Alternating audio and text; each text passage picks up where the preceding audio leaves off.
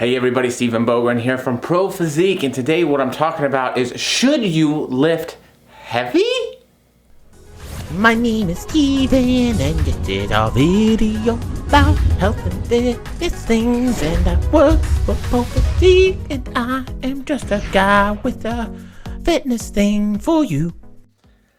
Alright, I hope you're all having a wonderful day. You have to let me know how you felt about the new intro. In the comments, let me know, do you love it, do you hate it, what do you think? I know we did it on the last video and I didn't say anything because actually it was finished right while I was editing, so I didn't have time to talk about it before while I was taping the video. But let me know what you think in the comments. Remember to like and subscribe if you guys love the content.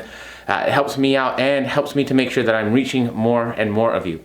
But to the point, Stephen, get to the point. Yes, should you lift heavy in the gym? Well, I think a lot of us feel like this is a no-brainer, but there are some things that we want to keep in mind before we get into this heavy lifting mindset, and I think throughout of our lifting journey. And I think everything starts with, are we lifting safely, efficiently, and appropriately? And so this is a really big determinant for whether or not I think you should be lifting heavy. Because if we don't know how to perform the movement safely and effectively with a full range of motion, my opinion, I don't think we're at a spot where we go heavy yet. My opinion is that we want to set the bases to be in a good spot first and foremost. You wouldn't want to build a house on a shaky foundation, so why would we want to build strength on a poor movement or a poorly executed movement? So I really like full range of motion, making sure that we're getting, let's say, in a squat, at least down to parallel, making sure that we're touching the bar to our chest on a bench press, those kinds of things, and working on making sure that we're not only getting that full range of motion, so we're strengthening that full range of motion, but we're also doing it in a safe manner to where we're not necessarily benching with this out and we can't get all the way down because our shoulder's just in the way, or because we're not opening our hips, we're not using our adductors in a squat. So now our bone structure is getting in the way, those kind of things.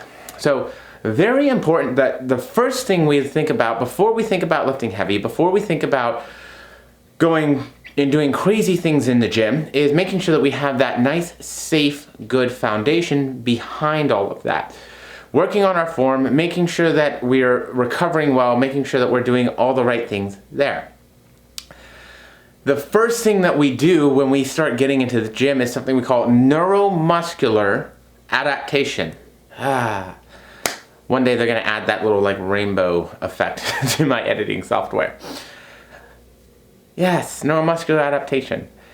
And what that means is the way that our brains recruit the muscle fibers, recruiting larger muscle fibers first, making sure that we're recruiting the right muscle fibers and the right muscles to stabilize and support and to be secondary in terms of our main movers in those movements. This can sometimes take, if you haven't lifted before, up to 12 weeks. And so when we see those initial strength gains, right, we get to lift heavier, it's because our body is becoming better at how it's doing that movement.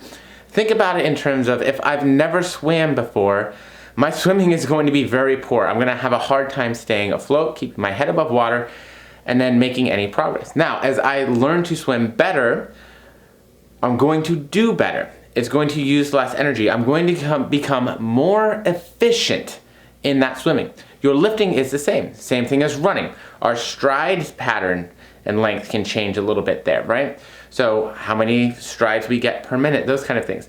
Those can all change. Our gait can change a little bit there. And so we get better at those movements. And that's that first kind of burst of strength, the newbie gains that are beautiful. However, we can still see those things happening as maybe we get back to a movement that we haven't done in a very long time, or we start practicing a movement in a new range of motion.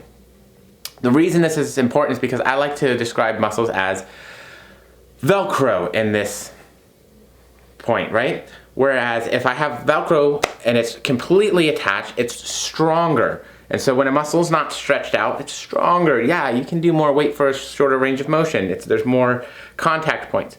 But when you have less contact points, you're weaker, right? The Velcro is not as strong.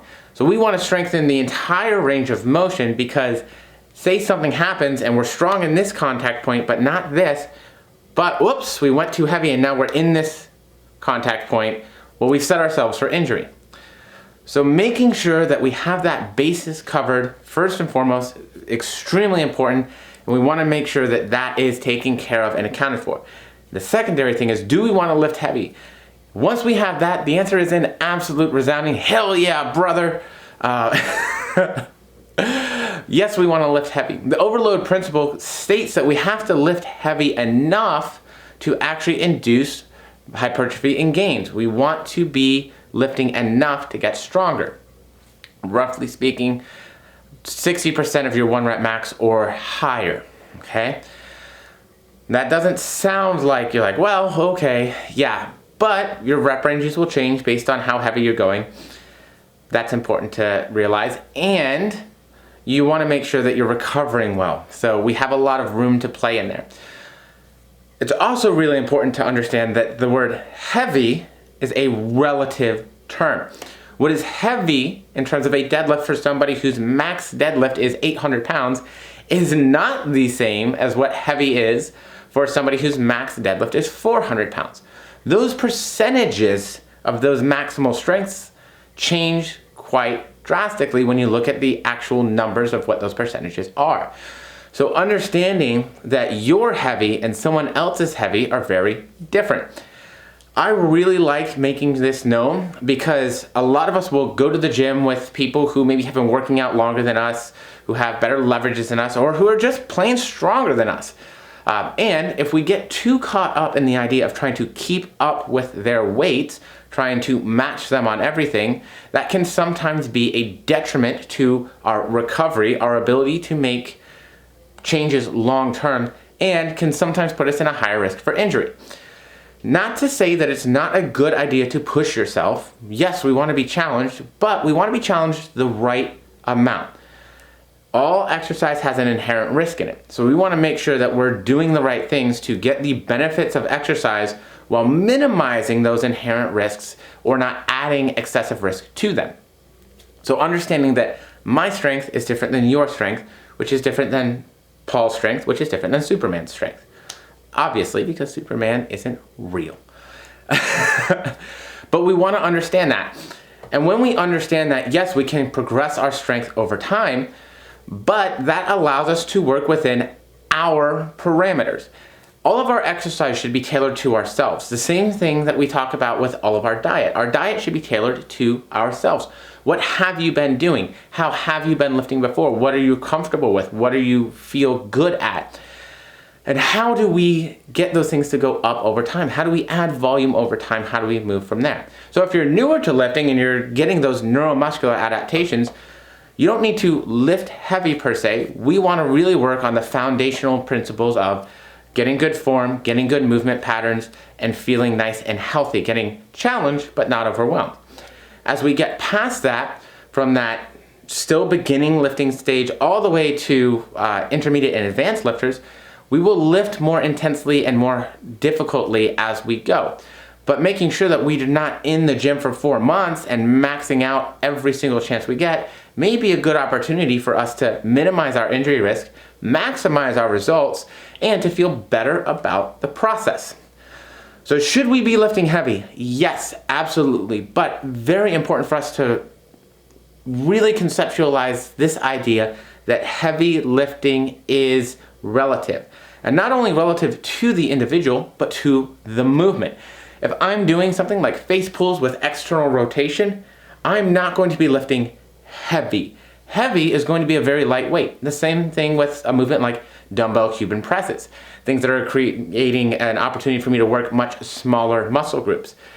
Heavy is not as heavy.